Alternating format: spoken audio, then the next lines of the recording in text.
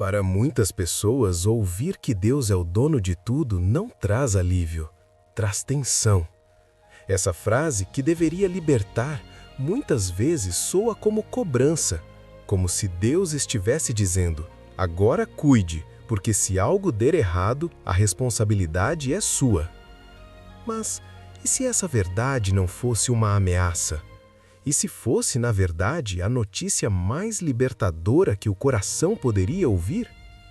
Neste capítulo, nós não vamos falar sobre valores, contas ou ofertas. Vamos falar sobre descanso, sobre o momento em que deixamos de agir como donos e aprendemos a viver como mordomos. O caminho do mordomo alegre não começa nas mãos, começa no coração. Antes de qualquer prática, existe uma consciência. Antes da gestão, existe uma rendição.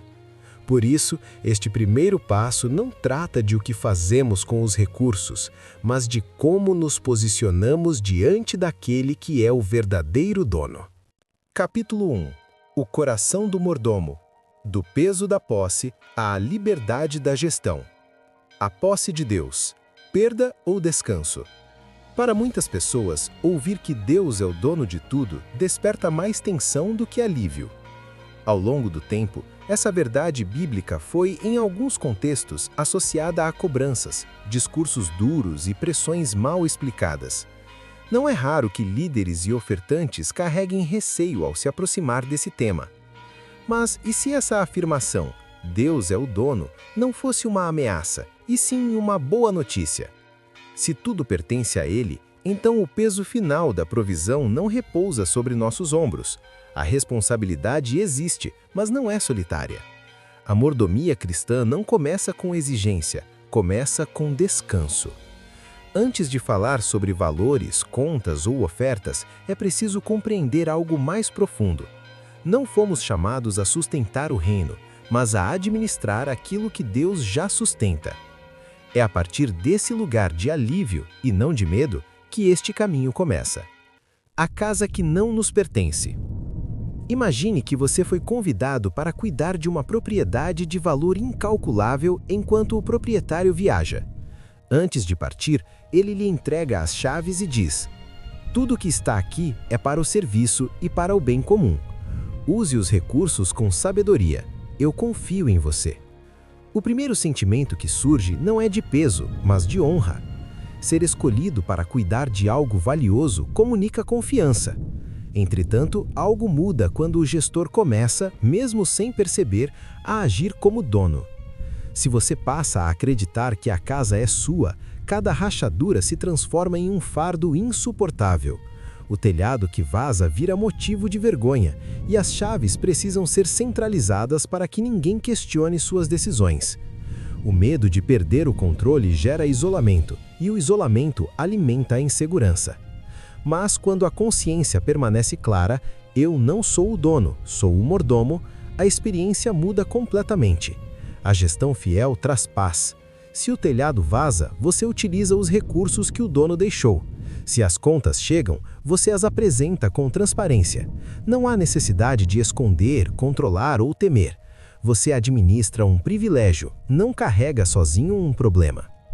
Essa imagem simples nos ajuda a compreender o que acontece quando lidamos com os recursos da igreja e com aquilo que cada ofertante, com fé, coloca nas mãos da comunidade. A integridade sob dois olhares. Na casa de Deus, a transparência não nasce da desconfiança, mas do zelo pela santidade e pelo testemunho. O apóstolo Paulo compreendia que boas intenções, por si só, não sustentam a confiança pública. Ao organizar a coleta para os irmãos necessitados, ele escreve: evitamos assim que alguém nos critique quanto a essa generosa oferta que administramos, pois zelamos pelo que é honesto, não só diante do Senhor, mas também diante dos homens. 2 Coríntios 8, 20, 21. Paulo não afirma: Deus conhece meu coração, portanto não importa o que as pessoas pensem. Pelo contrário, ele cria processos, envolve pessoas e estabelece prestação de contas. Ele entende que um dos pontos cegos mais perigosos da liderança é a autossuficiência, a ideia de que a integridade espiritual dispensa clareza administrativa. Na maioria das vezes, a falta de transparência não nasce da maldade, mas do medo.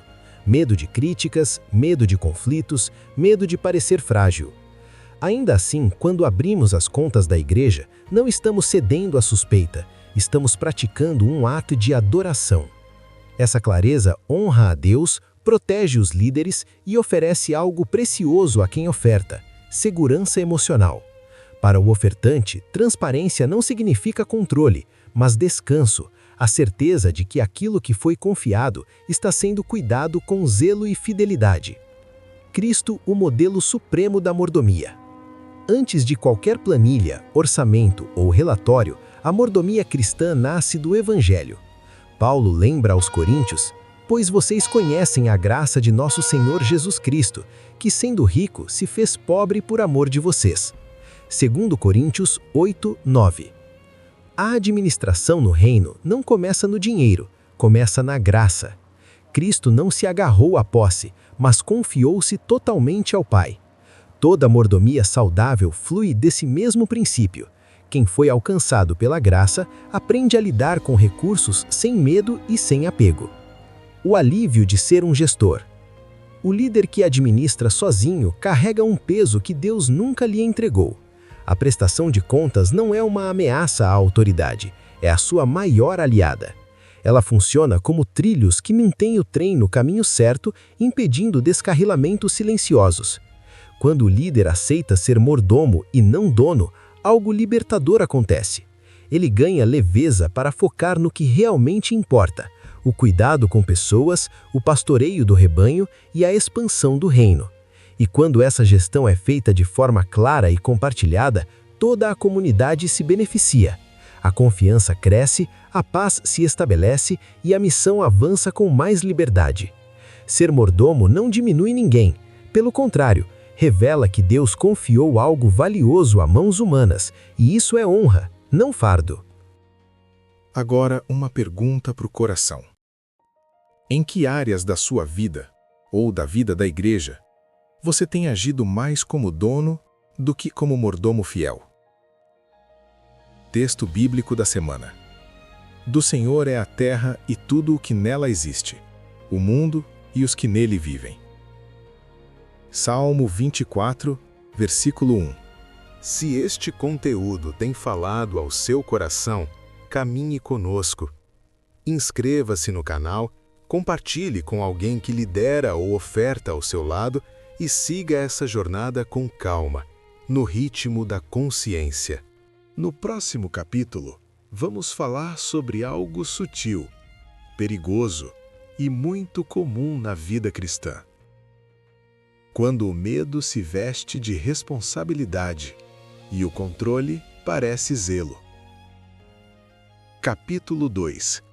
A ilusão do controle.